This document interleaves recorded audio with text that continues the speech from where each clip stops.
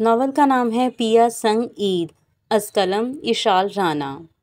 رات کا پچھلا پہر تھا۔ خود کو اچھے طریقے سے لپیٹے وہ انتہائی احتیاط سے قدم رکھتی بغیر کوئی آواز پیدا کیے اپنے کمرے سے نکلی تھی اور آس پاس کا جائزہ لیا تھا۔ گھر میں مکمل خاموشی تھی جو صرف رات ہی کی مرہون منت تھی۔ سامنے والا کمرہ بھی جان کا تھا جو یقیناً گہری نیند میں خراٹے بھر رہی تھیں۔ اگر انہیں علم ہوتا کہ ان کی نیند کا ایسا فائدہ اٹھایا جا رہا ہے تو شاید ہی وہ کبھی سوچ سکتیں۔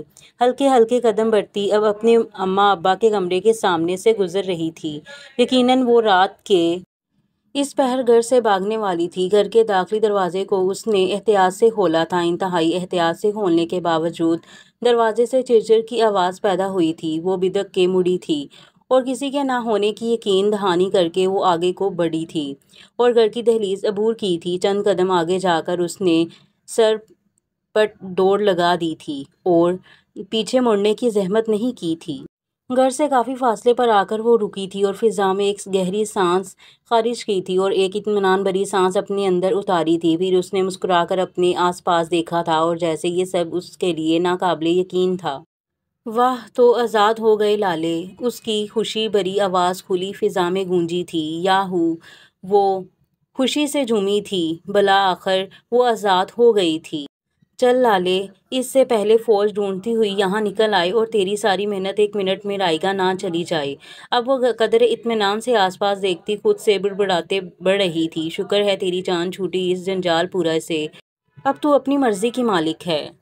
لالے، اپنی مرضی سے زندگی گزاری جہاں تجھے پڑھنے کے لیے زبردستی کرنے والا کوئی بھی نہ ہوگا۔ یاہو! وہ سڑک پر چلتے چلتے اس سوچ پر وہ خوش ہو کر گھومی تھی اور یکدم اسے اپنے پاؤں کے نیچے کسی نرم چیز کا احساس ہوا تھا۔ وہ رکی تھی اور سامنے نیند سے جاگے خود کو گھورتے ایک کتے کو دیکھ کر اس کے حواس بھاگتا ہوئے تھے۔ بے اختیار اسے کچھ دن پہلے ہونے والی اپنی چھوٹی کزن کے ساتھ گفتگو یاد آئی تھی۔ ویسے لالے ماننا پڑے گا تو ہے بڑی بہادر۔ چھوٹی اکیڈمی واپسی پر ریڑھی سے لیے چنا چار سے ایک چمچ منہ میں لیتے بولی تھی۔ وہ آج بازار میں ہونے والی لڑائی میں لالے کے زبان کے جوہر دیکھ کر اس سے متاثر ہوئی تھی۔ ہاں نا، یہ بات اپنے ذہن میں بٹھا لے کہ گل لالے کو کتوں کے علاوہ کسی بھی ذی روح سے ڈر نہیں لگتا۔ وہ اپنی تعریف پر شوق ہوتے اتراتے بولی تھی۔ 2 پاؤں والے کتے سے یا 4 پاؤں والے سے؟ چھوٹی کو تو جیسے یقین ہی نہیں آیا تھا کہ اس کی دی گریٹ کزن کسی سے ڈرتی بھی ہے۔ اوہو چھوٹی، تو بھی نہ چھوٹی ہی رہی۔ کتا کتا ہوتا ہے، بے شک 2 پاؤں والا ہو یا 4 پاؤں والا۔ یہ باتیں اس کے ذہن میں باز گشت کر رہی تھیں اور آج وہ اپنے ڈر کے روبرو کھڑی تھی جو اسے خونخوار تیور سجائے گھور رہا تھا۔ یا اللہ مدد! لالے نے کہتے دوڑ لگا دی اور وہ کتا بھی اس کے پیچھے بھاگا تھا۔ اس نے جتنا تیز دوڑا جا سکتا تھا وہ دوڑ رہی تھی اور اس دوڑ میں رہے کتے بھی اس کا ساتھ دے رہا تھا۔ آج لالے کو اپنا بچنا قدرے مشکل لگ رہا تھا۔ بھاگتے بھاگتے وہ کافی آگے نکل آئی تھی جب اچانک سمندر اس کے سامنے آیا تھا۔ یا اللہ! یہی جنگ میں بحر اوقیانوس کہاں سے آ گیا؟ اتنے بڑے جزیرے کو دیکھ کر وہ حیران ہوئی تھی اور یہ حقیقت ابھی اسی وقت اس پر آشکار ہوئی تھی کہ کتوں کے ساتھ ساتھ اسے گہرے پانی سے بھی ڈر لگتا تھا۔ اب وہ بالکل درمیان میں کھڑی تھی، ایک طرف کھائی تھی اور تو دوسری طرف موت۔ وہ کتا بھی اس کے بالکل قریب پہنچ چکا تھا۔ لالے آج تو گئی تو وہ نزدیک آتے کتے کو دیکھ کر بڑبڑائی تھی کہ کتے نے اس پر چھلانگ لگائی تھی اور وہ پھسلتی پانی میں گری تھی۔ آہ! وہ بڑبڑا کر اٹھی اور اپنے آس پاس دیکھا تھا۔ اپنے آپ کو اپنے کمرے میں دیکھ کر وہ حیران ہوئی تھی۔ میں یہاں کیسے؟ میں تو سمندر میں تھی نا! سامنے کھڑی چھوٹی کو دیکھ کر اس نے پوچھا تھا۔ صبح صبح اس کے منہ سے عجیب و غریب باتیں سن کر چھوٹی کو اس کی دماغ حالت پر شبہ ہوا تھا۔ لگتا ہے کیمسٹری کے ٹیسٹ کے ڈر کی وجہ سے تم اپنا دماغی توازن کھو چکی ہو، اسی لیے بہکی بہکی باتیں کر رہی ہو۔ دل میں آئی بات کو اس نے عملی جامہ پہنایا تھا۔ ایڈیٹ! اگر سمندر میں نہیں تھی تو یہ میرے بال، میرا چہرہ، یہ میرے کپڑے کیسے گیلے ہوئے؟ یہ تمہیں جگانے کے لیے پانی سے بھرا جگ مجھے دیا تھا تاکہ میں تمہیں جگا سکوں، کیونکہ یہاں پر چاہے ڈول بجے یا ڈرم تمہیں کوئی ہوش نہیں ہوتی جاگنے کی۔ اب اٹھو اور چلو، بی جان بلا رہی ہیں، چھوٹی نے کہا تھا۔ تم زیادہ شوخی نہ بنو، یہ چوٹی پکڑ کر ایسے گھماؤں گی کہ یہ یاد رکھو گی۔ چلو نکلو یہاں سے، صبح صبح نیند برباد کرتی، وہ منہ بگاڑتے بولی تھی اور اسے کمرے سے باہر بھیجا تھا۔ یا اللہ! تیرا شکر ہے کہ وہ سب خواب تھا، اس نے سوچتے شکر ادا کیا تھا اور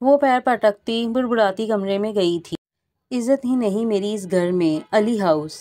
ویسے یہ ناانصافی ہے موم، آپ اور ڈیڈ میرے ہونے والے سسرال میں دعوت کے مزے لیں گے اور میں یہاں ایک ایک پل پتہ نہیں کیسے گزاروں گا۔ مسز علی کی تیاری دیکھ کر حسن منمنایا تھا، جسے سنتے وہ مسکرا دیں۔ اس میں اداس ہونے والی کیا بات ہے بیٹا، پوری زندگی تم نے ہی دعوت کے مزے لوٹنے ہیں، تب تم انجوائے کرنا، اب ہمیں کرنے دو۔ وہ کان میں ٹوپس پہنتے مسکراتے بولی تھی۔ ایسا نہیں ہو سکتا کہ میں بھی آپ کے ساتھ چلوں، حسن نے اپنی طرف سے انہیں ایک آئیڈیا دیا تھا۔ ہاں، اور بی جان وہاں کھڑے پاؤں رشتے سے انکار کر دیں اور تم کھڑے دیکھتے رہ جاؤ۔ پتہ ہے نا، بی جان کا رشتہ طے کرتے وقت انہوں نے صاف صاف لفظوں میں کہا تھا کہ شادی سے پہلے وہ تمہارے اور زہرا کے کسی بھی قسم کے میل ملاپ کی اجازت نہیں دیں گی۔ بھول گئے کیا؟ مسز علی نے اسے بات یاد کروائی تھی۔ اسی بات کا تو غم ہے۔ وہ بوجھل دل کے ساتھ وہیں بیڈ پر بیٹھا تھا۔ ہاں ہاں ہاں، اچھا اب میرا بچہ اداس نہ ہو، کچھ ہی دنوں کی بات ہے، پھر شادی ہو جائے گی اور کسی بھی قسم کی روک ٹوک نہیں ہوگی۔ وہ اسے دلاسا دیتی پرس اٹھا کر علی احمد کی پکار پر کمرے سے باہر نکلی تھی اور وہ ٹھنڈی آہ بھر کر رہ گیا تھا۔ یہ نیا سوٹ کس کا ہے؟ بیڈ پر پڑے نئے برانڈڈ سوٹ دیکھ کر لالے کی آنکھوں میں چمک اتری تھی اور اس نے اشتیاق سے چھوٹی سے پوچھا تھا۔ آپ ہی کا ہے، بی جان نے دیا ہے آج رات پہننے کے لیے۔ چھوٹی نے اس کے علم میں اضافہ کیا تھا۔ واہ بھئی، آپ ہی کی تو عید سے پہلے ہی عید ہو گئی، نئے نئے سوٹ مل رہے ہیں اور پڑھائی سے بھی جان چھوٹی وہ الگ۔ بے اختیار لالے کو زہرا کی قسمت پر رشک آیا تھا۔ ابھی چھوٹی اس کی کسی بات کا جواب دیتی کہ کمرے میں داخل ہوتی زہرا اور آمنہ کی باتوں نے دونوں کی توجہ اپنی طرف کھینچی۔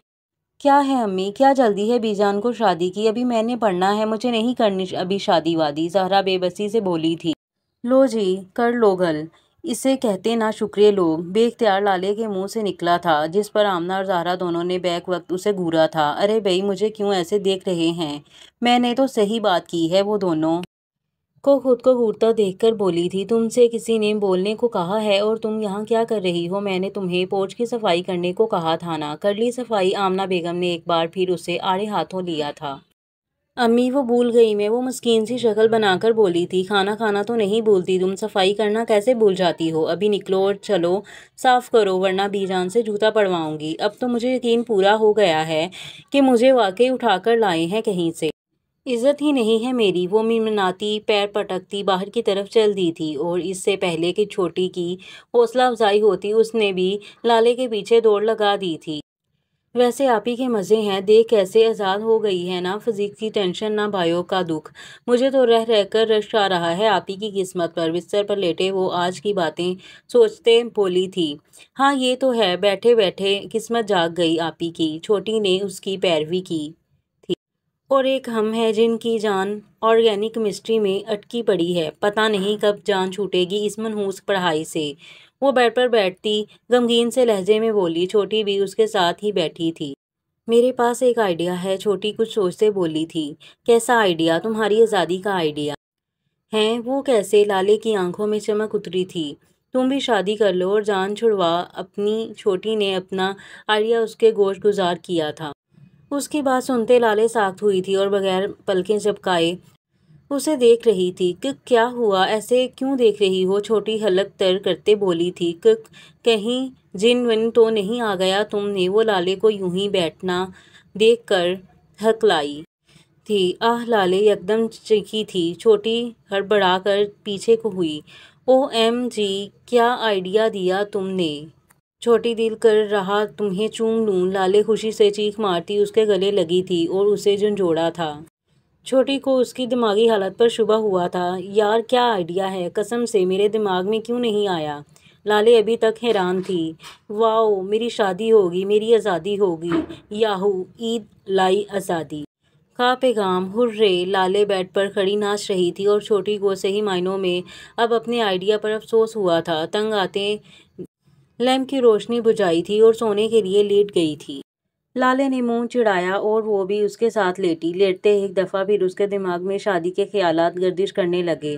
ہائے لالے، تیری تو عید ہو گئی، اب یہ عید تو بھی پیا سنگ منائے گی، صبح اٹھتے ہی بی جان سے شادی کی بات کروں گی، سوچتے اس نے خوشی سے چھوٹی کو حق کیا تھا، جس پر وہ کلس کر رہ گئی تھی۔ السلام علیکم، داخلی دروازے کی طرف سے آواز گونجی تھی۔ سحری کا وقت تھا۔ علی ولا کے باشندے سحری کھانے میں مصروف تھے جب اچانک آواز پر متوجہ ہوئے۔ دروازے پر کھڑے مسکراتے اشر کو دیکھ کر سب اس کی طرف لپکے تھے۔ وعلیکم السلام میرا بچہ، جیتے رہو ماں کی جان۔ مسز علی نے اسے گلے لگایا تھا اور پھر اس سے الگ ہو کر اس کی پیشانی چومی تھی۔ What a surprise! بیٹا تم تو 3 دن بعد آنے والے تھے نا؟ اب علی احمد اس کے گلے لگے تھے۔ جی پاپا، آنا تو 3 دن بعد ہی تھا لیکن کام جلدی ہو گیا اور پھر بھائی کی شادی کی اتنی ایکسائٹمنٹ تھی کہ مجھ سے رہا نہیں گیا۔ کہتے وہ حسن کے گلے لگا تھا جو مسکراتا اسے ہی دیکھ رہا تھا۔ اور سنا بی جان کے ہونے والے داماد کیا حال چال ہیں سرکار پار کا؟ وہ حسن کے کندھے پر ہاتھ رکھ کر شرارتاً بولا تھا۔ فوج تیار ہے، بس عید کے 2 دن بعد چھاپا مارنا ہے۔ علی احمد نے بھی حصہ لیا تھا۔ سیریسلی پاپا، آپ بھی میری ٹانگ کھینچ رہے ہیں؟ دس از ناٹ فیئر، حسن عاجز آتا بولا تھا۔ ہاں ہاں ہاں بھائی جان، ابھی تو یہ آغاز ہے، آگے آگے تو دیکھو ہوتا ہے کیا۔ جب بی جان ٹانگ کے ساتھ ساتھ دل، ناک، گردہ سب کھینچ لیں گی۔ اشر کی بات پر سب ہنس دیے تھے۔ اتنے بھی وہ ہٹلر نہیں ہے۔ شی از سو سویٹ یار، حسن نے دل سے کہا تھا۔ او ہو، ابھی سے سسرالیوں کی سائیڈ لی جا رہی ہے، واؤ۔ اشر اب تم میرے ہاتھ سے ختم ہو جاؤ گے۔ حسن واقعی تنگ آ چکا تھا۔ اچھا بس بس، خبردار جو اب کسی نے میرے لاڈلے کو تنگ کیا تو چپ چاپ سحری کرو سب۔ مسز علی نے حسن کی سائیڈ لی تھی اور اسے لے کر کھانے کی میز تک لائی تھیں۔ دس از ناٹ فیئر بابا، ماما ہمیشہ اس سے زیادہ پیار کرتی ہیں، اشر منہ بگاڑتا بولا تھا۔ ہاں ہاں ہو جیلس، حسن نے ہانک لگائی تھی۔ مسز علی ہنستی تھیں۔ چپ کر ماں کے لاڈلے، اگر تم ماں کے لاڈلے ہو تو یہ باپ کا لاڈلا ہے کیوں بیٹا؟